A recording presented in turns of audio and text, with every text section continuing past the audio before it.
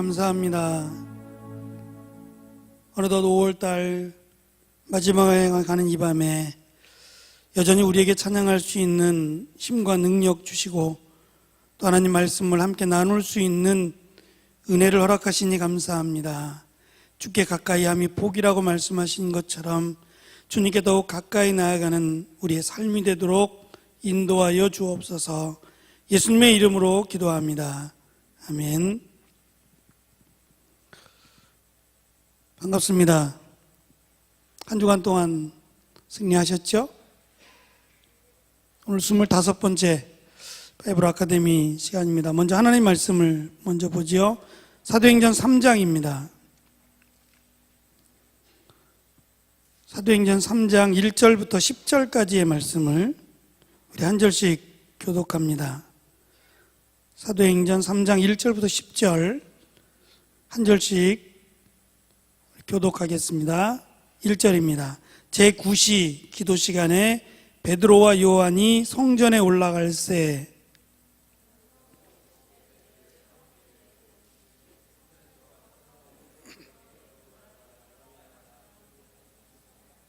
그가 베드로와 요한이 성전에 들어가려 함을 보고 구건하거늘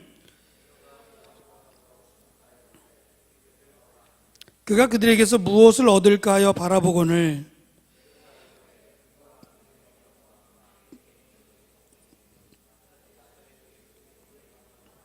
오른손을 잡아 일으키니 발과 발목이 곧 힘을 얻고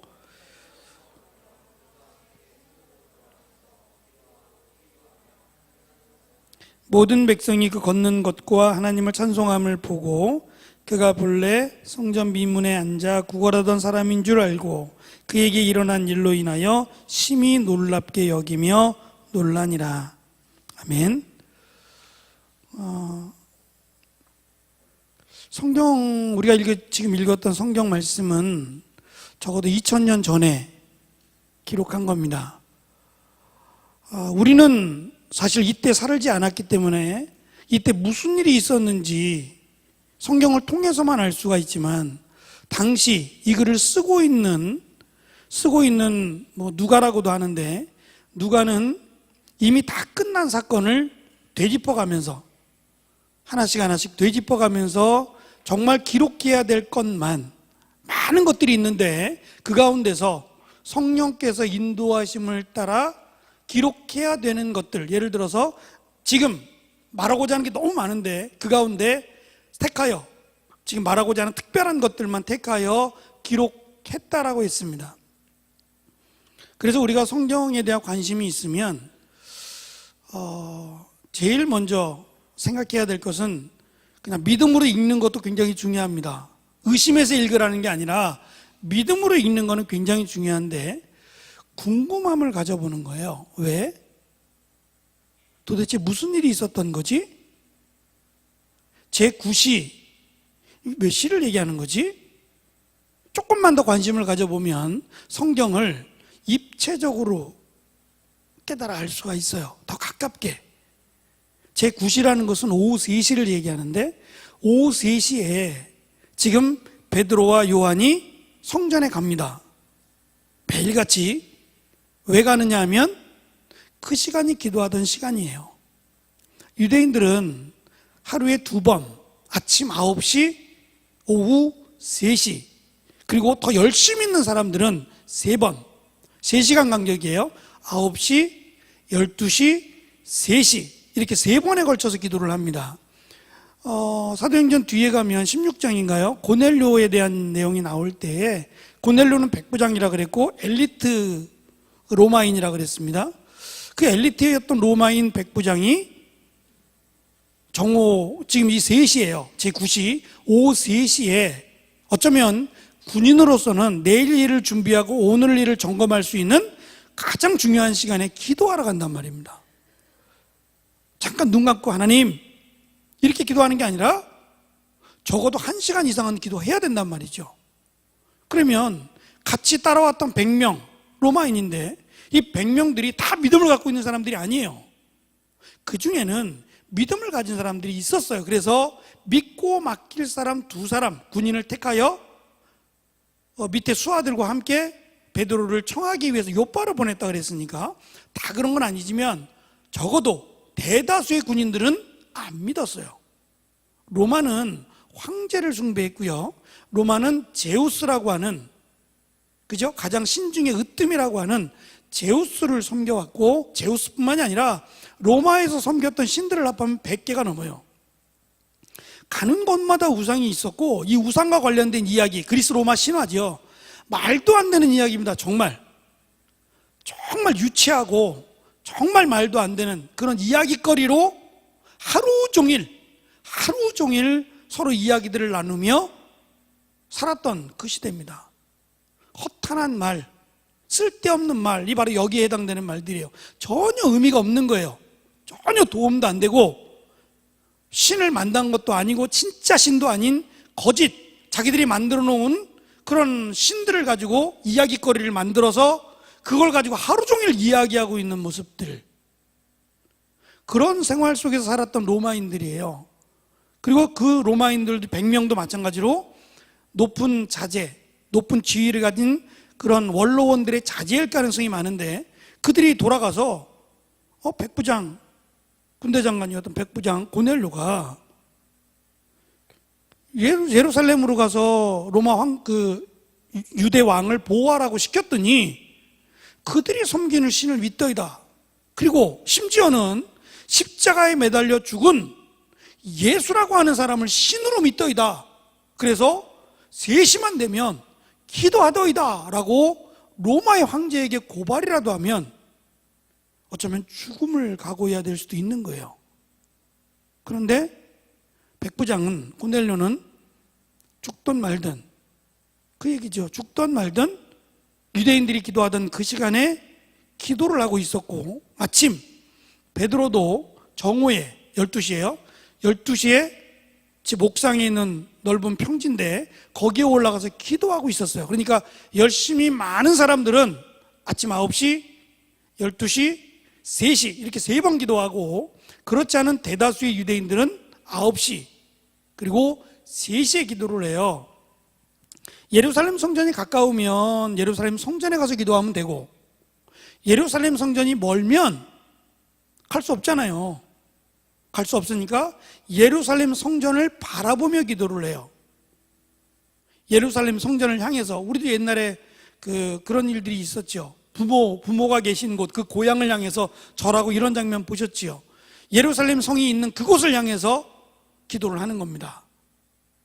그렇지 않으면 유대인들 장정 만 18세 이상이 된 정상적인 유대인들 10명만 있으면 회당이라는 걸 지을 수가 있어요. 그러니까 회당은 성경을 읽기 위해서, 기도하기 위해서 만들어 놓은 임시처소예요. 그런데 이 회당도 병자들은 들어갈 수 없어요. 하나님의 말씀을 읽는 곳, 하나님께 기도하는 곳이라는 이름으로 만들어진 임시처소긴 하지만, 회당이 만들어지면 여자들도 들어갈 수 없어요. 고아도 못 들어가죠. 과부도 못 들어가요. 거지도 못 들어갑니다. 그래서 날 때부터 소경되었던, 우리가 요한복음 공부할 때 날 때부터 소경되었던 자가 병이 났어요. 제일 좋았던 것은, 이제 나도 예배 드릴 수 있다, 나도 이제 성전에 들어갈 수 있다, 나도 회당에 들어가서 예배 드릴 수 있다라는 것이 너무 기뻤는데, 유대인들이 이야기를 합니다. 너를 낫게 한 이가 누구냐고. 나는 못 봤는데 당신들도 못 봤느냐, 네가 나를 가르치려고 하느냐 라고 하면서, 나는 그의 얼굴을 보지 못했지만 분명히 그는 하나님이 보내신 자가 맞다, 내 눈이 떼어졌으니까 그런 말 하지 마라, 어디 가서 그런 말 하지 말라 라고 호되게 책망을 합니다. 나중에 그가 예수님을 만납니다. 만나고 나서 예수님을 따르기로 작정을 하죠. 그때 다시 한번 묻습니다. 너를 고쳐준 이가 누구냐고, 어떻게 해서 네가 고침을 받았냐고. 제가 방법을 자꾸 물어본다 그랬죠. 된 침을 뱉었느냐, 짙은 침, 가래침을 몇 번 뱉느냐, 이런 어떤 수단에 관심이 많아서, 그래서 이걸 배워놓으면 부자가 되겠다는 욕심 때문에 그래요. 근데 그 소경되었던 사람은 못 봤잖아요. 눈이 감긴 채로. 병환이 없었으니까 침을 2번 뱉었든지 1번 뱉, 그게 중요한 게 아니잖아요. 근데 그때 그가 분명히 모르겠지만 나를 고쳐주니 그가 메시아가 맞다라고 했을 때, 네가 만약에 그를 메시아로 말하면 너는 회당에도 들어갈 수 없다. 앞으로 영영 지금과 마찬가지로 회당에서 예루살렘 성전에서 들어가서 예배드릴 수 없다라는 엄포를 경고를 합니다. 그럼에도 불구하고 그가 메시아가 맞다고 얘기함으로 결국 회당에서 쫓겨나는 일을 겪게 되죠. 지금 예루살렘 성전 아직 무너지지 않았습니다. 예수님께서는 AD 70년 그때 무너진다고 했는데 사도행전, 다시 말하면 예수님께서 부활하시고 나서 40일이 지났어요. 그리고 얼마가 지났는지는 알 수 없지만 적어도 한 40년 정도가 됐을 거라고 생각합니다. 그럼 30년이 남았는데 이 AD 40년경에 베드로와 요한이 예루살렘 성전에 들어가는 겁니다. 예루살렘 성전에 들어가는 방법은 많아요. 문들은 많은데 이 문들이 다 들어갈 수 있는 곳은 아니에요. 문이 여러 개가 있어요. 그 중에 하나 낙타가 바늘귀로 들어가는 것 같은 비유의 말씀이 있죠. 그래서 바늘귀라고 하는 것이 우리가 쓰는 바늘이에요. 그 바늘에 귀가 있잖아요. 그걸 그대로 믿으면 돼요. 바늘에 있는 귀에 실을 꿰는 그 바늘의 귀, 그것을 얘기하는 건데 어떤 이들은 예루살렘 성문이 이렇게 크니까 큰 성문을 닫으면 갑자기 위급한 일, 밖으로 나가야 되는 급한 일이 생길 때는 이 육중한 문을 내리기가 너무 힘들잖아요. 많은 사람들이 와서 매달려야 되니까 작은 문들을 만들어 놨어요. 임시문처럼 조그만 문을 한 사람이 바로 기어서 나갈 수 있는 작은, 우리가 말하면은 그 개구멍이라 그러는 그런 듯한 작은 문들, 비상시에 쓸 수 있는 문들을 만들어 놨는데 이 문을 바늘귀라고도 불렀다, 이렇게 얘기하는 사람도 있어요. 근데 그건 아니고 문은 있어요. 문은 있는데 성경에서 말하는 바늘귀는 그냥 바늘귀로 보면 돼요. 극과 극을, 가장 큰 짐승 중에 가장 큰 낙타 그리고 가장 작은 바늘귀를 대조해서 말씀하신 거니까 그냥 그대로 믿으면 되는데 문들은 많았어요. 근데 이 문들이 다 들어갔다 나왔다 할 수 있는 문들은 아니에요. 그러니까 신분에 따라, 제가 구역장 공부할 때는 지금은 없어져 버렸지만 예루살렘 성전의 모습을 제가 영상으로도 보여줬어요. 기억하시나 모르지만 그때도 예루살렘 성전에 들어갈 때는 보통은 지하로 해서 들어갑니다. 지하로 해가지고 1층으로 이렇게 올라가는 계단이 있었어요. 이거는 보통 사람들이 다 들어가는 곳이고, 부자들 또 바리새인들이나 또는 뭐 서기관들 같이 존경받는 사람들은 육교를 타고 걸어갔어요. 여러분들 육교를 우습게 보면 안 돼요. 지금은 과학이 발달해서 육교를 만드는 게 그리 어렵지 않을 거예요. 근데 그때는 육교라는 거는 상상도 할 수 없던 시대예요. 그러니까 로마의 그 건축 공법이에요, 이게.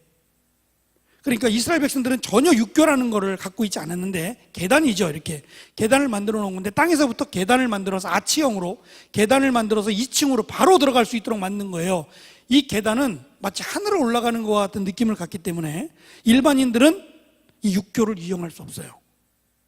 그냥 땅으로, 지하로 해서 들어가는 방법밖에 없고, 부자들 또는 존경받았던 랍비나 서기관들, 이런 사람들만 육교로 예루살렘 성전을 들어가게 됩니다.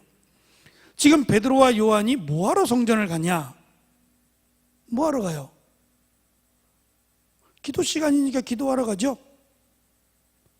그러니까 여러분들이 많은 궁금증을 가져볼 수 있어요. 왜 꼭 3시에 가느냐? 궁금해 볼 수도 있고, 뭐하러 거기 가느냐? 궁금할 수 있죠. 이 사람들은 다 알아요. 이거를 기록했고 이것을 읽었던 그때 사람들은 3시에 기도하지, 우리는 베드로와 요한은 물론 기도하러 갔지, 다 알고 있어요. 근데 우리는 이것을 다 설명해 주지 않으면 할 수 없어요.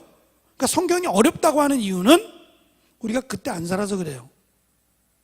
그때 살았더라면 다 이해할 수 있어요. 성경에 있는 내용들을 굳이 누가 설명해 주지 않아도 다 알 수 있다고요. 요즘도 그렇지만 요즘은 이제 퓨전 드라마나 퓨전 사극이 많아요. 그래서 요즘 현대어를 많이 쓰죠.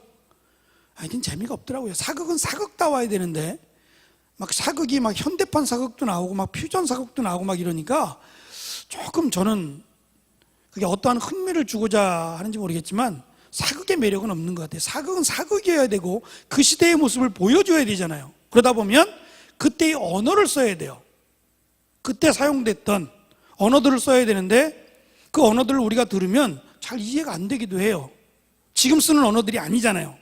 그래서 때로는 뭐 사전도 찾아봐야 되고 그때 일어났던 어떤 사건들도 사전을 찾아봐야 사극을 이해하기가 훨씬 쉽겠지요. 마찬가지입니다.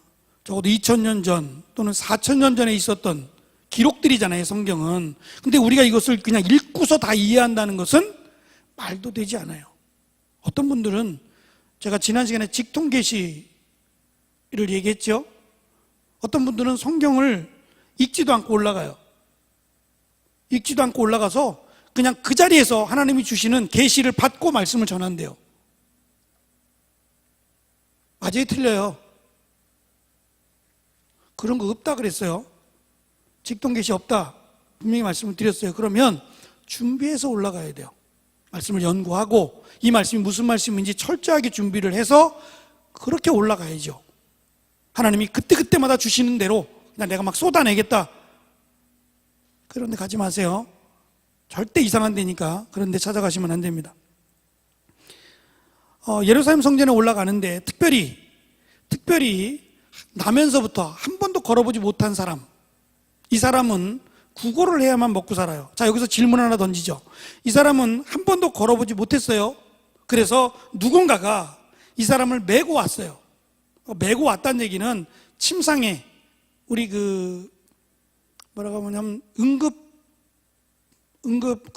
응급실에서 쓰는 그런 야전 침대 같은 거예요. 사람을 이렇게 옮길 수 있는 그런 나무로 된 거, 긴 나무를 꽂아놓고 거기에 천을 대가지고 사람을 뉘어놓고 이동시키는 거예요. 그럼 4명이 필요하죠? 이 4명이 누굴까요? 첫째, 1번 가족이다. 2번 친구다. 3번 아무나 상관없다. 1번 가족, 2번 친구, 3번 아무나. 그냥 자기 앞에 손가락만 이렇게 대세요. 1번, 2번, 3번 손가락만, 아무나 상관없다. 아무나 도와줬을 거다. 손가락을 좀 잘 피세요. 시험 들지 않게. 봐봐요. 손가락 한번 봐봐요. 손가락이 없는 사람도 있고. 형민이는 뭐 아무거나 상관없어?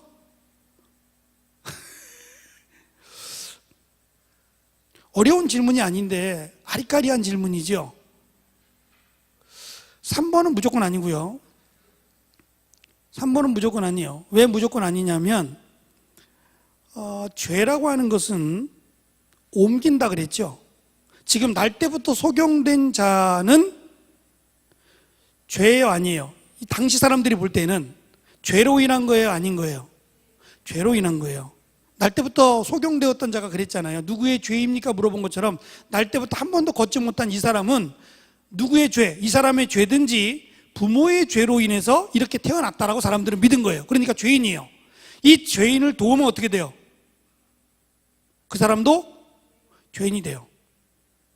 그러면 이 사람이 죄인인데 이 사람을 도와줘서 죄인이 돼도 이걸 감당하겠다고 할 만한 사람들은 가족이거나 친구일 가능성이 높아요. 그런데 성경이 뭐라고 되어 있냐면 이 사람이 날마다 나왔어요. 날마다. 그러면 누구일 가능성이 높아요?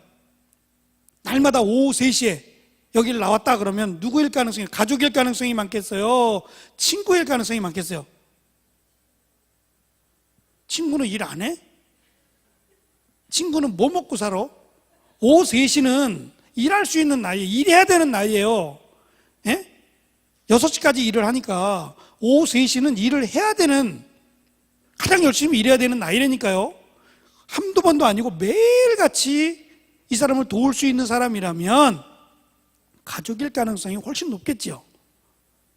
뭐 그때는 가족이라 그래도 많이 낳는 거니까, 날 때까지 주실 때까지 낳는 거니까 이럴 때는 굉장히 유리하죠.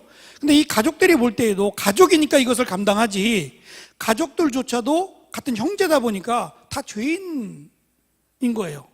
가족들조차도 다 죄인이에요. 그래서 침상을 놓고 가족들은 갔을 거예요.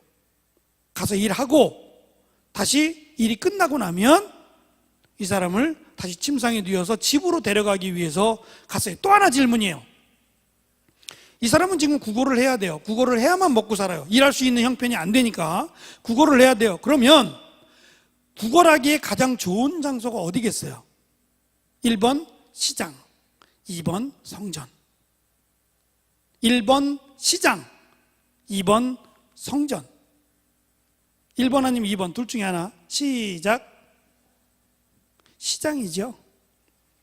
시장이에요. 어차피 시장은 돈을 가져가야 되는 곳이고 많은 사람들이 모여진 곳이고, 성전은 어떤 경우에는 성전에 예물을 드리기도 하지만 돈을 가져가는 건 아니에요. 재물을 가져가는 거지 돈을 가져가는 건 아니에요. 돈을 예물로 드리기는 성전세라는 게 있어요. 근데 이 성전세는 1년에 한 번 내는 거고, 기부금은 수시로 내는 거지만 기부금은 기부금을 목적으로 했기 때문에 이것을 가난한 자들에게 덥석하고 주진 않을 거란 말이에요. 그러니까 성전은 돈을 가져가는 곳이 아니라 재물을 가져가거나, 그러니까 지금 이 사람은 뭔가 착각을 한 거예요.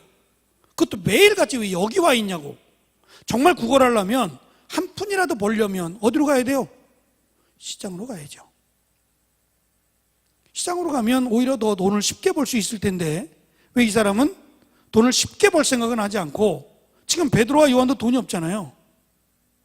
그럼 이런 일들이 굉장히 많을 텐데 왜 이렇게 성전에, 그것도 미문이라고 하는, 미문이 뭐냐면 쪽문이 아니고 아름다울 미자를 썼어요.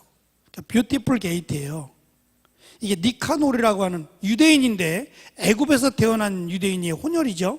애굽에서 태어난 유대인인데 그 사람이 부자였던 것 같아요.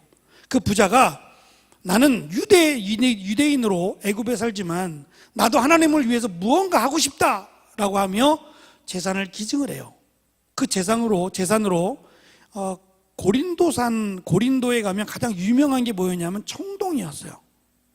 금보다 귀한 게 청동이었는데, 이 미문 2m 25라 그러는데요, 높이가. 저보다 조금 더 크죠. 목사님보다 조금 더 커. 한 50cm. 50cm 해봤자 얼마 안 돼요. 50cm. 해리보다 조금 더 큰 거지. 그치? 2m 25나 되는 그 육중한 고린도산 청동을 기증합니다. 그리고 여기다가 이렇게 모양, 디자인을 이렇게 한 거예요. 뭐 종려나무나 포도나무나 이런 것들을 이렇게 만들어 놓은 거죠. 그래서 아침에 해가 뜨면 고린도산 청동문에 확 비쳐서, 찬란하게 비쳐서 이걸 미문이라고 불렀던 거예요. 근데 여기에서 이 사람은 계단 밑에서 올라가는 사람들에게 구걸을 했는데, 정말 구걸을 할 거라면 시장으로 갔어야 돼요. 근데 허탕을 치는 일이 많음에도 불구하고 왜 여기 있었느냐? 들어가기를 원했던 거예요. 나도 언젠가는 저 찬란하게 빛나는 고린도산 청동문처럼 하나님의 은혜를 받아 마치 태양빛이 반사되어서 자기에게 비춰지잖아요. 이 고린도산 청동을 통해서 비춰지는 이 찬란한 빛이 자기에게 비춰질 때의 그 뿌듯함처럼 누군가 언젠가는 나도 여기를 들어갈 수 있겠다라고 하는 소망으로 그 자리에서 매일같이 구걸을 했던 거예요. 그것도 오후 3시만 되면 어김없이 나와서. 그러니까 모르겠어요. 이 전의 내용을 몰라서 오전에는 시장에 갔다가 오전에는 시장 가서 돈을 벌고 오후에는 성전으로 왔는지는 알 수 없어요. 그것까지는 성경이 기록하지 않으니까 우리 추측일 뿐이지, 그랬거나 말거나. 어쨌든 돈을 벌겠다고 한다면 여기 있으면 안 되고 오히려 시장으로 가야 되는데, 시장에는 안 있고 성전으로 와서 거기서 구걸한다. 베드로와 요한이 없다라고 얘기했던 것처럼 많은 사람들이 그렇게 말할 거예요. 없다. 구걸하려면 시장 쪽으로 가거나 많은 사람들이 모이는 길 네거리로 가서 구걸을 했어야지. 지금 여기에 제사 드리러 오고 기도하러 오는 사람들이 무슨 돈을 가지고 오겠느냐, 그렇게 얘기하지 않겠냐고요. 그런데 이 사람은 매일같이 쉬지 않고 나와서 여기서 구걸하더라. 성경은 그렇게 말하고 있는 겁니다. 결국 그의 바람은 단순한 구걸이 아니라 내가 눈을 뜰 것이다 라고 하는 소망이에요. 자, 이 소망이 어떻게 연결이 되느냐 하면, 소경된 자들 또는 병에 걸린 사람들이 예수님을 향해서 외치는 소리가 있어요. 성경을 읽었던 사람들은 아마 알 거예요. 마태복음에도 나오니까. 예수님을 향해서 뭐라고 말하던가요? 병자들이 큰 소리로 예수님께 외치는 소리가 있어요. 그렇지. 이래서 성경 암송대회를, 성경 퀴즈 대회를 해야 되는 거예요. 다윗의 자손 예수여, 이런 말 쓰죠. 꼭 그 말을 해요. 다윗의 자손 예수여. 그럼 다윗의 자손이 누구예요? 다윗의 자손.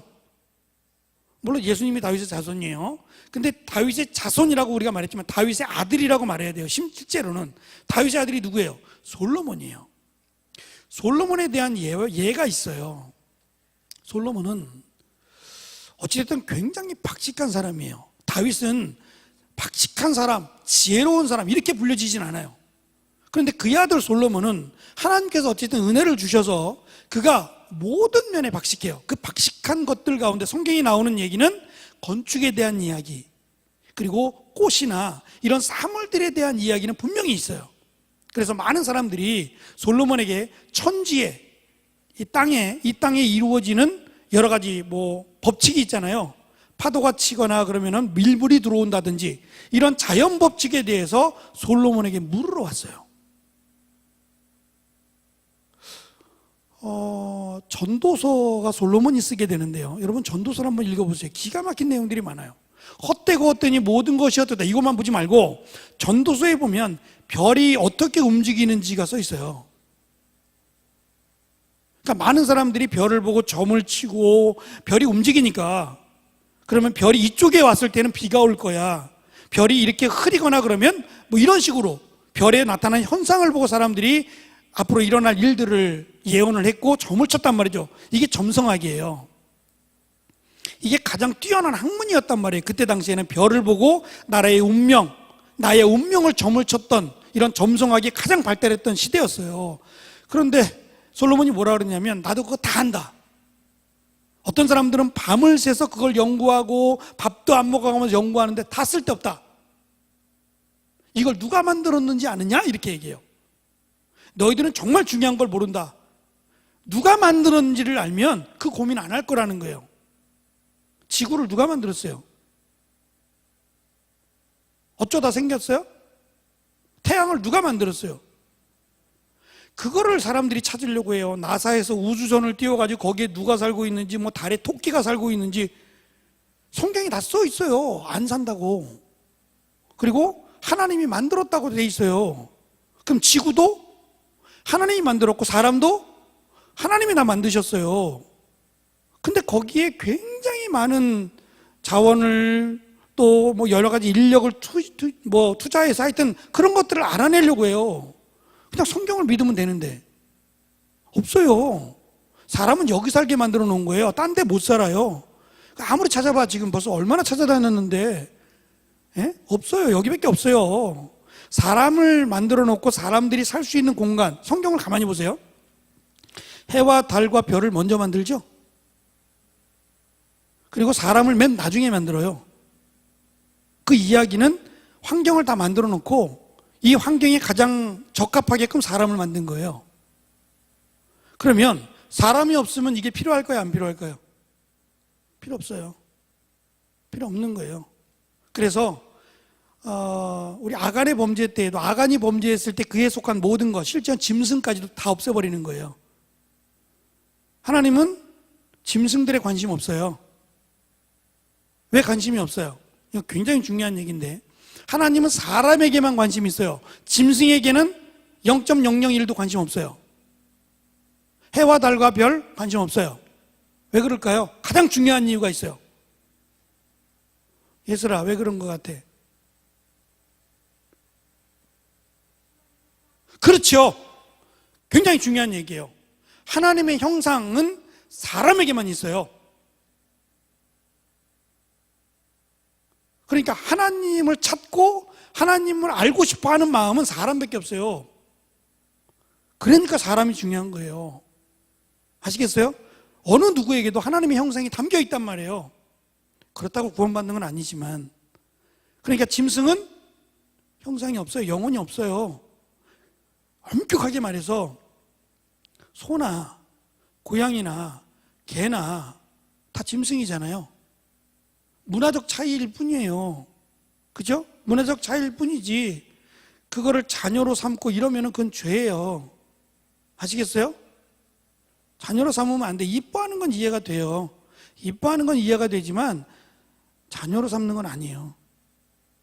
하나님은 사랑이라는 말을 쓸 때는 하나님과 사람 외에는 사랑이라는 말을 절대 쓰지 않습니다. 좋아하는 거지 그냥. 라이크하는 거지 러브는 아니에요. 짐승은 러브하면 죄입니다. 예? 라이크입니다. 라이크에서 끝나야지 러브로 넘어가면 죄가 되는 거예요. 하나님의 형상을 담은 우리만 하나님에게 관심이 있는 거예요. 그러니까 인간이 없으면 지구고 뭐고 상관이 없는 거예요. 다 관심 없어요. 그만큼 천지를 만드신 하나님에게 인간은 굉장히 소중하다라는 거예요. 그러니까 우리가 얼마나 존귀하고 우리가 얼마나 소중한지는 알아야 됩니다. 어쨌든 이 사람이 성전에 가서 매일같이 3시만 되면 성전 미문에 거기에서 구걸했던 이유는 단순히 돈을 얻고자 그런 것은 분명히 아니에요. 여기에는 없어요. 여기에는 없지만 제가 지금 설명드린 것처럼 성전에 올라갈 때 돈 가져가지 않는다. 그죠? 물론 환전하기 위해서 그건 특별한 경우, 예를 들면 6월절이나 77절이나 이렇게 절기 때에는 제사를 드리러 올라가는 거고 평소 때에는 기도하러 가잖아요. 평상시에는 기도하러 올라가는데 돈을 가져가진 않는단 말이죠. 그러니까 이 사람이 매일같이 가서 거기서 구걸한다는 얘기는 정말 돈을 받기 위해서라기보다는 다른 마음이 있는 거예요. 근데 아까 제가 솔로몬을 얘기하다 봤는데 솔로몬은 정말 다재다능하게 박식해 합니다. 그 중에 대표적인 게 뭐냐면 의학이에요. 솔로몬은 병을 고쳤다는 말은 없어요.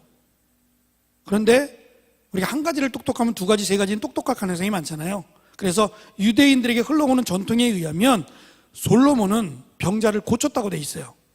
그래서 다윗의 아들 솔로몬이 오면, 솔로몬과 같은 메시아가 오면 모든 병을 고칠 것이다. 그래서 메시아에 대한 예언 가운데 메시아가 오면 눈먼 자가 눈을 뜰 것이며 저는 자가 뛸 것이며 이런 내용이 있죠.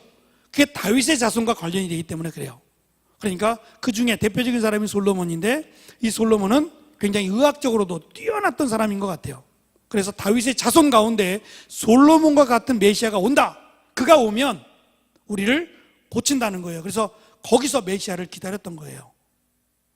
솔로몬과 같은 메시아가 오셔서 내 병을 고쳐주시기를 그는 매일같이 거기서 구걸하면서 기다렸던 거예요.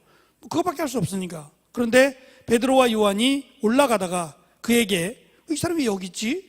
정말 구걸하려면 여기 있지 말고 시장에 가 있어야지. 많은 사람들이 모이는 그곳에 가서 구걸해야지. 여기는 돈을 얻을 수 없는 곳인데? 라고 하는 것을 아니까 이상히 여긴 거예요.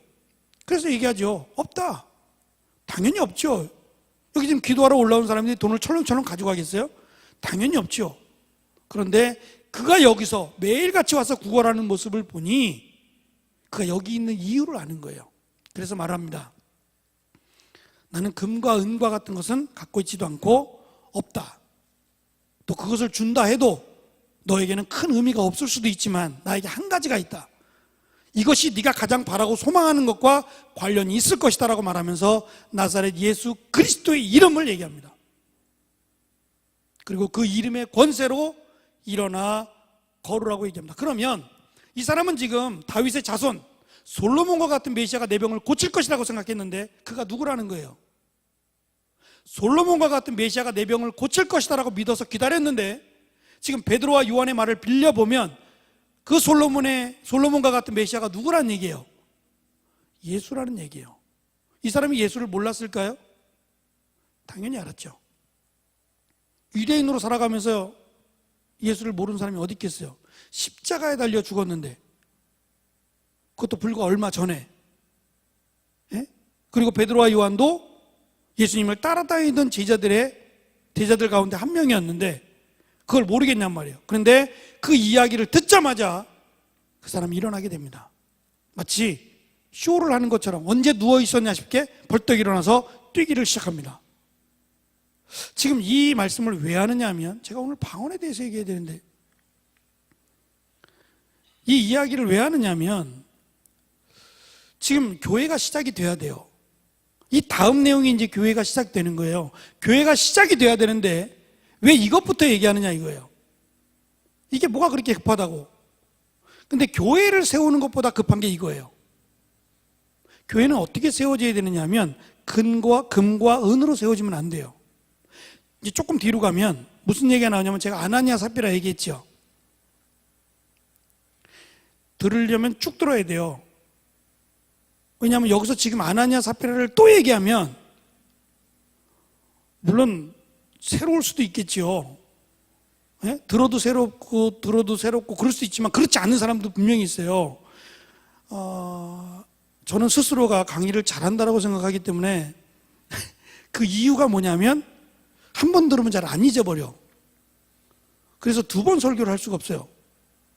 그게 잘 안 잊어버리게 하는 뭐가 있나 봐.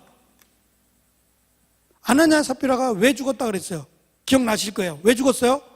1번 거짓말했기 때문에, 2번 헌금을 떼먹었기 때문에,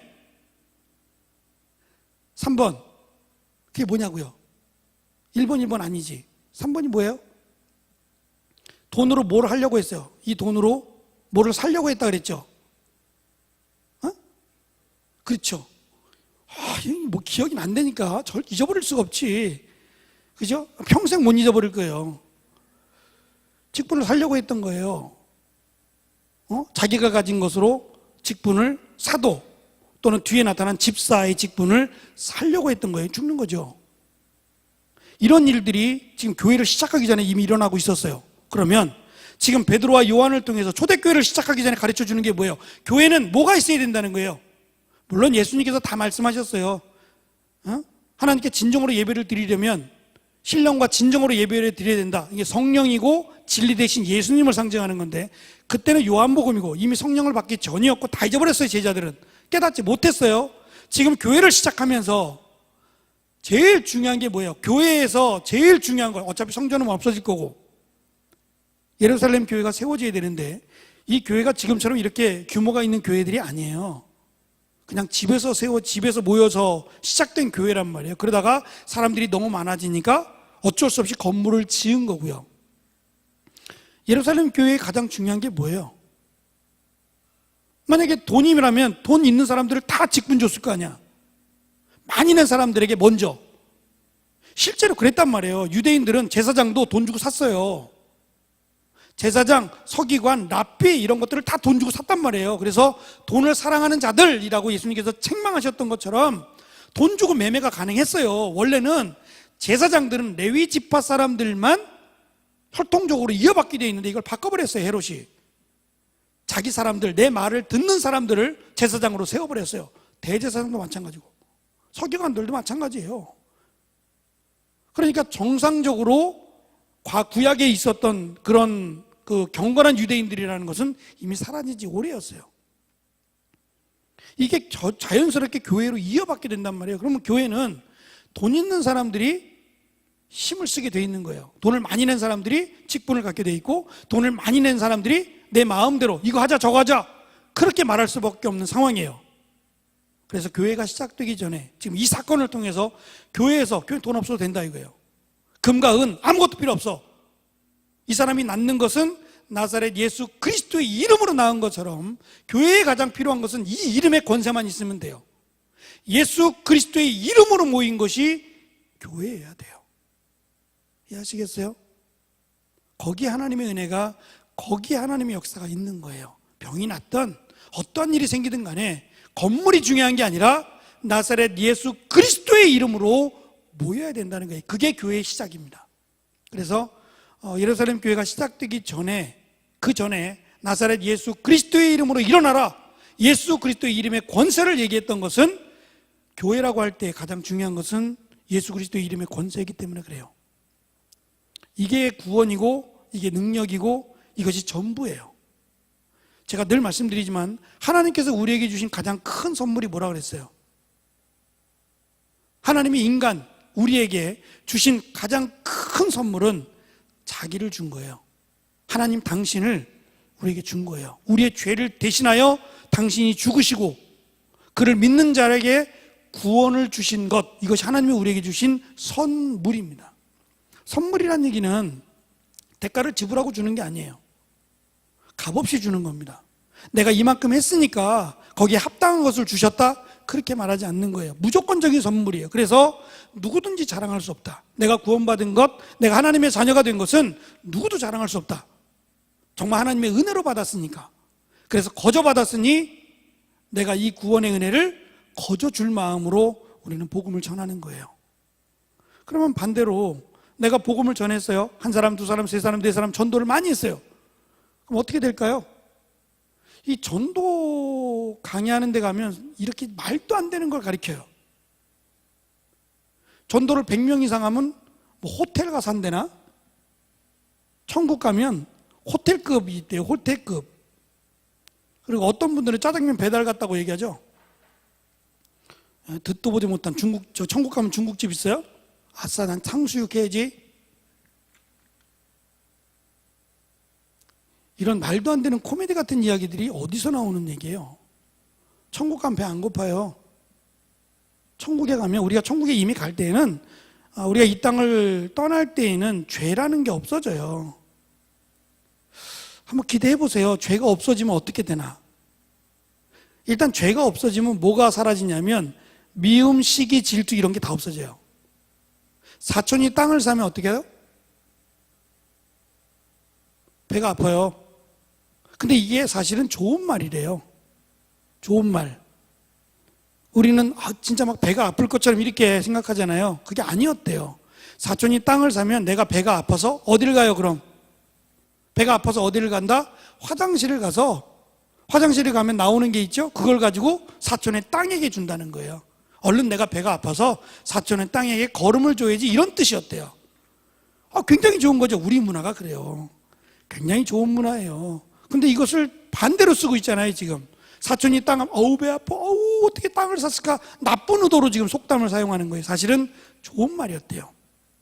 미워하는 마음, 시기하고 질투하는 마음이 없어요. 제가 잘 될 때, 기쁘다, 얼마나 좋을까, 얼마나, 이런 마음들이 그냥 이곳이 천국이라는 거예요. 얼마나 행복하겠어요. 예? 죄가 없어요. 물론 스트레스도 없겠죠. 그 어디나 하늘나라, 하나님이 함께 계신 그곳이 하늘나라에서 우리가 살게 되는 겁니다.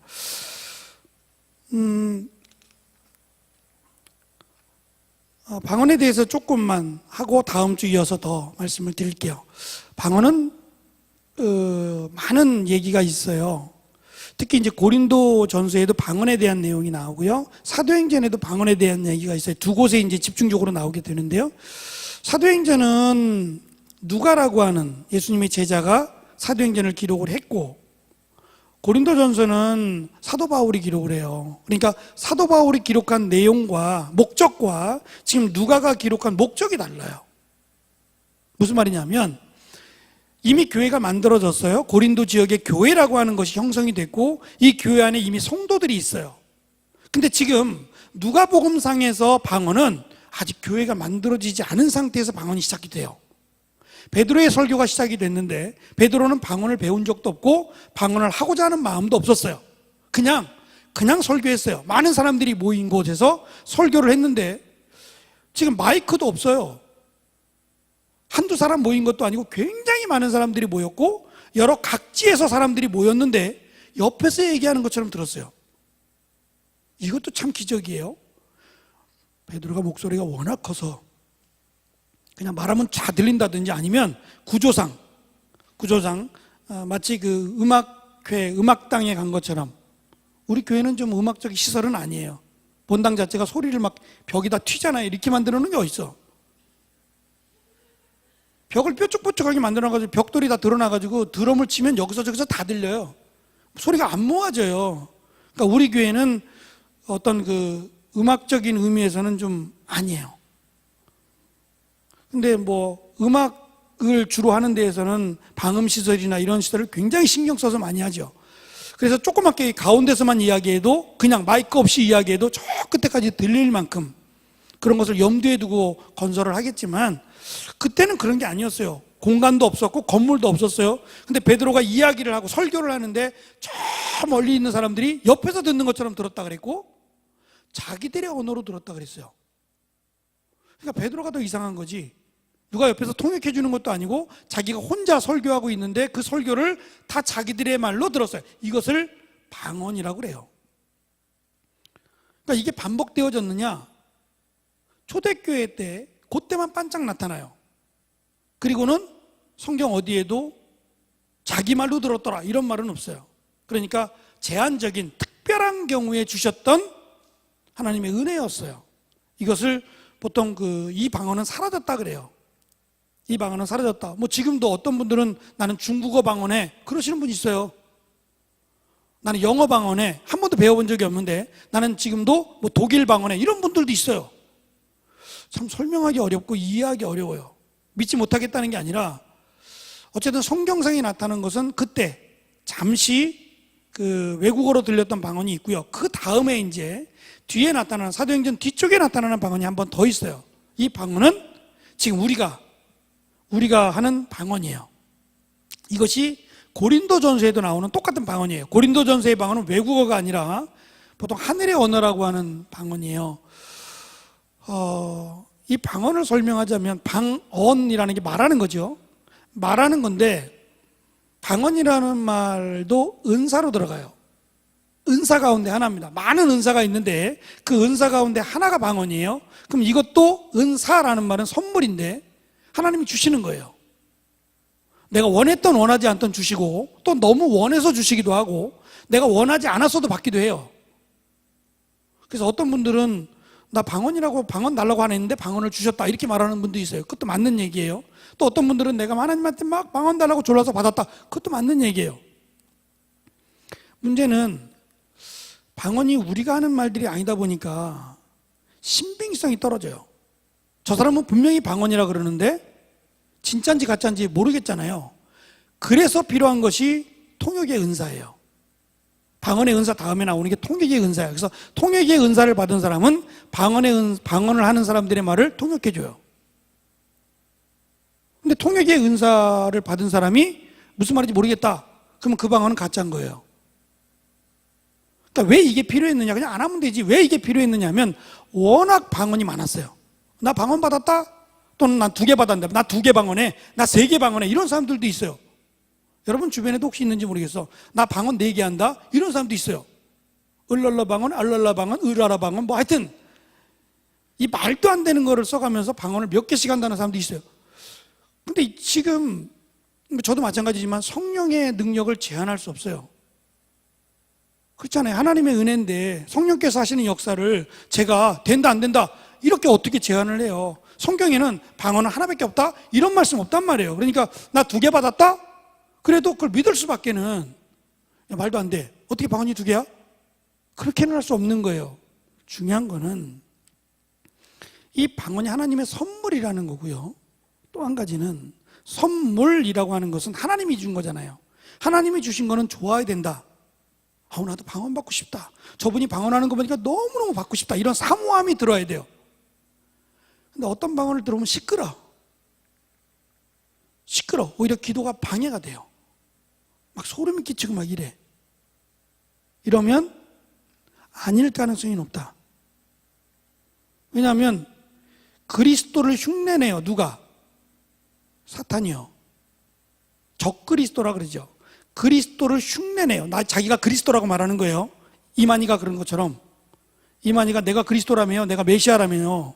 흉내내잖아요. 그러니까 가짜가 많은 거예요. 그럼 은사도 가짜가 많아요. 진짜 성령이 아니고 사탄이 성령인 것처럼 오히려 꾸며서 사람을 미혹하게 하기 위해서 성령의 능력인 것처럼. 그래서 한때는 병 고치는 은사로 시끄러운 적이 있어요. 그래서 그 사람한테 병 고침을 받기 위해서 많은 사람들이 막 움직였어요. 실제로 나은 사람도 있고. 근데 성경은 제자들에게 병 고치라고 가르쳐 준 적 있어요? 병 고치는 방법도 가르쳐 준 적 없어요. 낫게 하실 때도 있어요. 그냥 예수 그리스도의 이름으로 일어나 걸어라. 그러면 나을 수도 있는 거예요. 안 나을 수도 있는 거죠. 안 낫는다 그래서 성령의 능력이 없거나 예수님이 함께하지 않는 건 아니에요. 왜냐하면 예수님께서 병자를 고칠 때 그 사람의 믿음을 보고 고치기도 하지만 불쌍히 여겨서 고치기도 해요. 안 믿어도 불쌍히 여겨서 고치기도 한단 말이에요. 그러니까 우리가 그 사람을 위해서 기도해요. 열심히 기도하는데 나을 수도 있고 안 나을 수도 있어요. 이게 한 가지가 아니라 그 사람의 믿음, 또 기도하는 사람의 믿음, 또 예수님께서 그 사람을 낫게 하시고자 하는지 아니면 그냥 두고자 하시는지 여러 가지가 있을 거예요. 우리가 할 수 있는 것은 기도하는 거예요. 낫게 해달라고. 예수 그리스도의 이름으로 낫게 해달라고 기도하는 거지. 안 낫는다 그래서 그 사람이 나는 기도가 약해, 나는 믿음이 없는 거야, 예수님이 함께하지 않는 거야, 이렇게 말할 수는 없는 거예요. 제일 중요한 것은 내가 아니라 예수님의 이름이니까, 예수님께서 하셔야 되는 거니까 그걸 우리가 어떻게 말할 수 없다. 문제가 생겼어요. 처음에 제가 말씀드린 대로 방언이 자기를 드러내는데 아주 유용해요. 멋져 보이잖아요. 좀 유별난 언어를 쓰다 보니까 멋져 보이는 거예요. 그러니까 사람들이 저 사람은 신앙이 좋아, 저 사람은 믿음이 좋은 것 같아 라고 하면서 그 사람을 막 존경하고 그 사람을 세워주고 막 이런 일들이 벌어지기 시작했어요. 근데 실제로 삶은 그러지 않아요. 유창하게 방언하고 막 사람들로부터 대단히 막 신앙심이 있는 것처럼 보여줘 놓고 실제적인 삶은 그렇지 않아요. 여기로 자기를 드러내고 막 없는 사람들을 무시하고 이런 행동들을 보였어요. 이건 가짜죠. 그래서 오히려 교회가 어려움에 처하게 됐을 때에 바울은 고린도 교회에서 이렇게 말합니다. 방언하지 말라고. 언제 하지 말라 그러냐면 교회 내에서는 하지 말라 그래요. 그리고 많은 사람들이 있을 때 혹시 이렇게 마이크를 잡거나 많은 사람들이 있는 곳에 대중 앞에 섰을 때는 절대 방언하지 마라. 대신 골방에 들어가서 해라. 산에 가서 해라. 혼자 있을 때 해라. 상관없다. 그것은 얼마든지 해라. 하나님이 주신 선물이니까 사용해라. 근데 이것이 나를 드러내게 되거든 사용하지 말라고 말입니다. 제일 중요한 것은 하나님의 은사는 교회를 세우는 데 쓰는 거예요. 가르치는 은사, 섬기는 은사, 여러 가지 은사들이 있어요. 이 모든 것들은 교회를 온전히 세우는 데 쓰여져야 돼요. 은사를 줬는데 교회를 깨, 이건 은사가 아니에요. 은사는 분명히 교회를 온전하게 세우는 일에 쓰도록 주신 하나님의 선물입니다. 방언도 마찬가지. 하지 말라는 게 아니라 방언을 통해서 내가 기도함을 통해서 연약한 이들을 세워주는 건데 이것이 나를 드러내는 일에 쓰이게 되거든 하지 말라는 거예요. 그거 안 해도 구원받는 데 지장 없어요. 근데 왜 이것만 문제가 되느냐? 이게 자기를 드러내는데 아주 좋거든요. 우리 교회는 참 감사한 것 중에 하나가 우리 청년들도 그런데 기도문을 써와요. 그죠? 장로님들도 그렇고 다 기도문 쓰세요. 권사님들, 집사님들도 수요일날, 금요일날 이렇게 보면 다 기도문을 써요. 이게 너무 감사해요. 왜 감사하냐면 기도문을 한 번에 쓰는 일은 거의 없어요. 몇 번, 두 번, 세 번, 네 번, 다섯 번, 여섯 번 기도문을 쓰면서 많이 기도할 거 아니에요. 그냥 쓰진 않을 거 아니에요. 기도문을 쓰면서 기도할 거고 또 한 가지는 준비된 기도잖아요. 즉흥적으로 내 기분에 따라서 막 그렇게 기도하지 않을 거 아니에요. 그래서 저는 감사해요. 정말 잘 배웠다는 생각이 들어요. 무슨 말인지 이해가 되세요? 제가 처음에 말씀드린 대로 목사님도 여기 지금 오늘 몇 장짜리냐면 5장짜리예요. A4로 B5로 5장짜리인데 안 보고 한 거예요. 제가 한 거니까 안 봐도 돼. 제가 만든 거니까 안 봐도 되는 거예요. 근데 어쨌든 저도 원고를 들고 올라가야 돼요. 제가 설교할 때 원고 본 사람 있어요? 봤어요? 저는 설교할 때 거의 원고 안 보죠.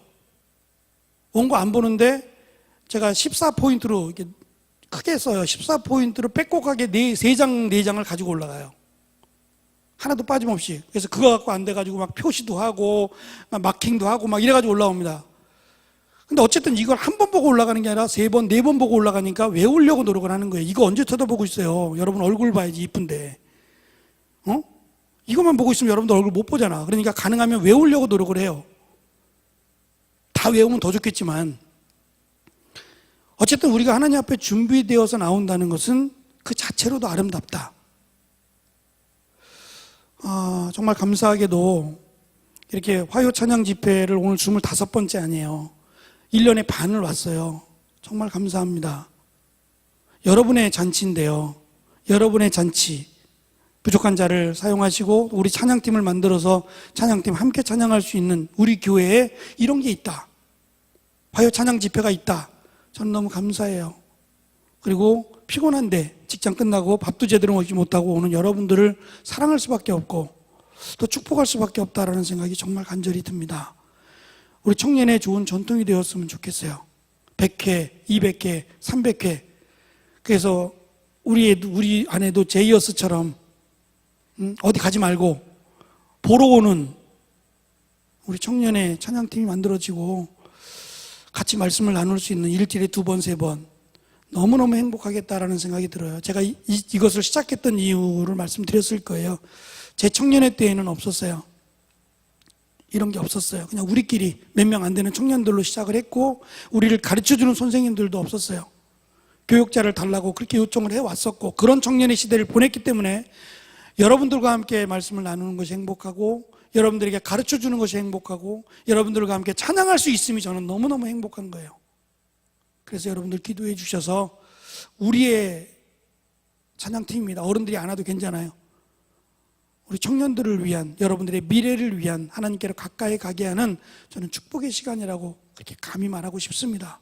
여러분들 기도하셔서 우리 이 바이블 아카데미 화요 찬양 집회가 100회, 200회, 300회 계속 진행될 수 있도록 기도해 주세요.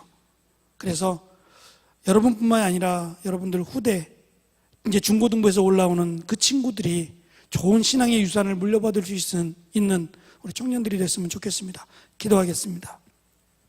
주님 감사합니다. 사도행전 3장에 나타난 나사렛 예수 그리스도의 이름으로 일어나 걸으라.